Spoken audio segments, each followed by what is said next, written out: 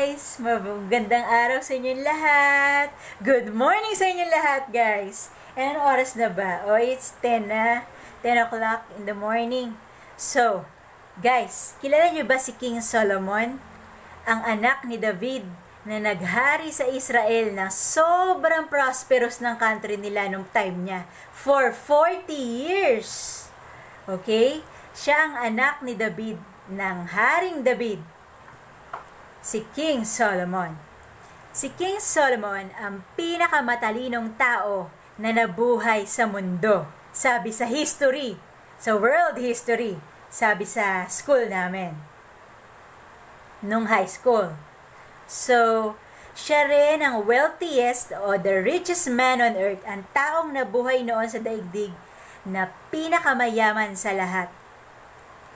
God said, sabi ng Diyos, walang makakatulad sa Biblia ko nabasa, walang makakatulad sa Kanya at wala nang hihigit pa na ipapanganak na makakatulad niya. Sabi sa Biblia. From past generations to generations after generations. So si Solomon, itong King Solomon na to, na anak ni David at ni Bathsheba, he wrote the book of Proverbs or Kawikaan. Libro ng mga puro katalinuhan to, guys, na magagamit natin sa pang-araw-araw na pamumuhay.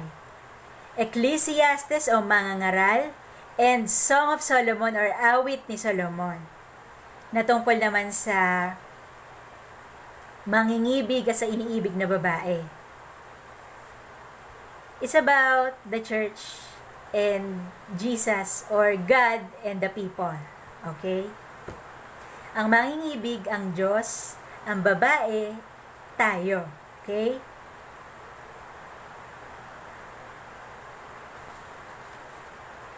Noong panahon ng Israel, wala pang bahay-sambahan ng mga tao. So, sabi ni God, hindi sa panahon ng ama niya na si King David, may tatayo ang templo or unang simbahan ng mga Israelita, kundi may tatayo ito sa paghahari ng anak ni David na si Haring Solomon. Yon. Now, let's find out kung anong nangyari and how and what happened and what God said to King Solomon. So, yun nga, pinamanahan siya ng isang magandang bagay. Ayun. Siyempre, yun ang gusto natin as Christians bilang anak ng Diyos, ang magkaroon ng templo bilang bahay-sambahan ng tao sa Diyos. And during the prime of his life, or noong si Solomon ay matanda na, he wrote Ecclesiastes or Mangangaral. Mamaya babasahin ko sa inyo ang isang verses tungkol sa Mangangaral or Ecclesiastes para malaman nyo kung anong nakasulat doon. He was called the philosopher o ang pilosopo. Sobrang talino niya kasi. So God chooses who He wants to choose. Dapat si David, di ba? Dahil si King David ang pinabura ng Diyos, the man after His own heart. Pero nangyari pala ang prosperous country sa Israelite nung panahon pa ng anak niya, si Solomon. Kasi pinili ng Diyos siya. Yon. In order to fulfill His pagmamahal or pag-ibig to all the creations of the Israelites or kanyang mga nilikha dito sa mundo, ang mga Israelita, nung unang panahon. So, gayon din ngayon. Yun. Basta malalaman nyo, guys, mamaya. So, guys, may tanong ako sa inyo. Would you want to be called and be chosen, tulad ni Solomon, by God? Or maging ordinaryo lang kayong tao, wala lang, yun lang.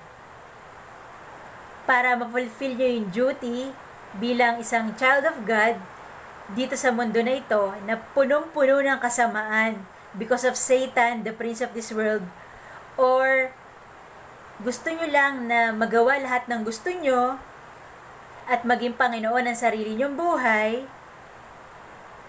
habang kayo'y nabubuhay sa mundo, and mapupunta kayo sa impyerno after death.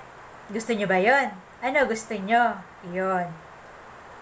So guys, it's up to you you have the free will. O meron tayong sariling pagpapasya na binigay ng Diyos. Tayo ang magdi-decide. Okay?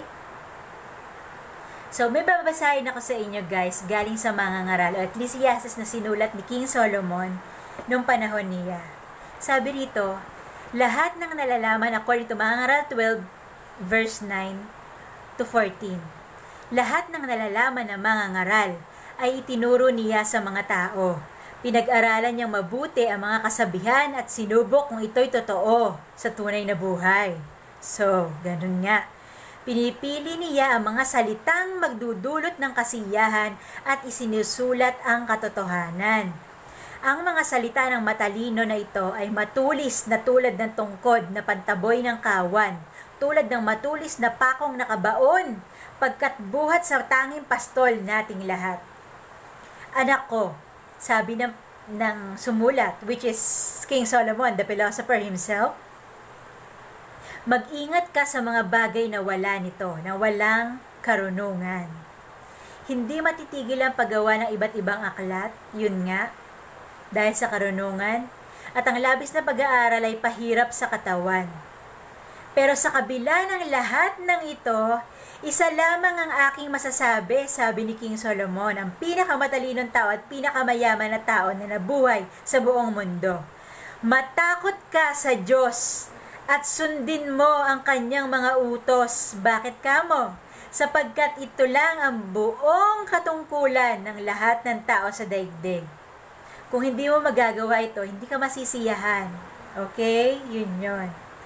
So, lahat ng gawin natin, hayag man o lihim, mabuti o masama, ay pagsusulit natin sa Diyos. O, it will come to judgment pagdating ng panahon na huhusgahan niya na ang lahat ng tao kung tayo mamatay na at mapunta sa langit, kung pupunta tayo sa langit or sa hell pagkamatay natin. So, yun ang mangyayari, guys. So, that's it, guys. Nalaman na natin ang mga pangyayari sa buhay ni Solomon noon, ng unang panahon. So, let's pray. Thank you, God, for the life of King Solomon.